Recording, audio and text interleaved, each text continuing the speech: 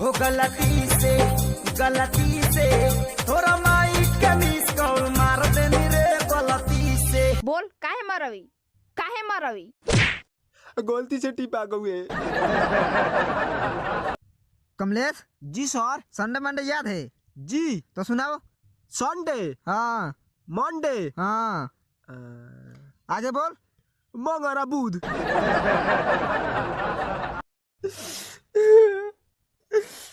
Hello hello phone में उठा के बोलत काहे नहीं की।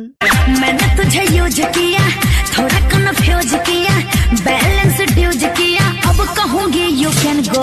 जोरे जो तोरा पिलुआ पर देख लिए।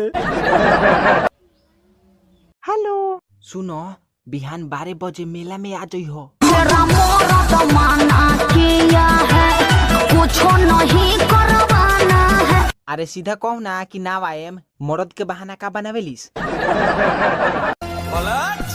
तेरा ध्यान किधर है, ये तेरा हीरो इधर है, तेरा ध्यान किधर है, ये तेरा हीरो। पापा हो ये रोज हैरान करेला। रे रोकता है ने आई बे ना। हेलो हेलो रे बोलत काहे नहीं खिस रे। अरे बाहर में जाके राजा करेला कमाई, ससुर में झेलिले सितम। तो ठीक बा, अब ते ही कमाई है, हम सितम झेलेम। बाप रे बाप क्या आइटम है।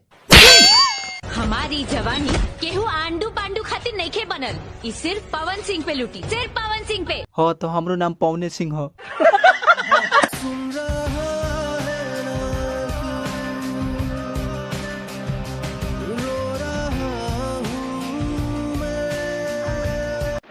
तो हम का करी, रोवा तरी तो रो।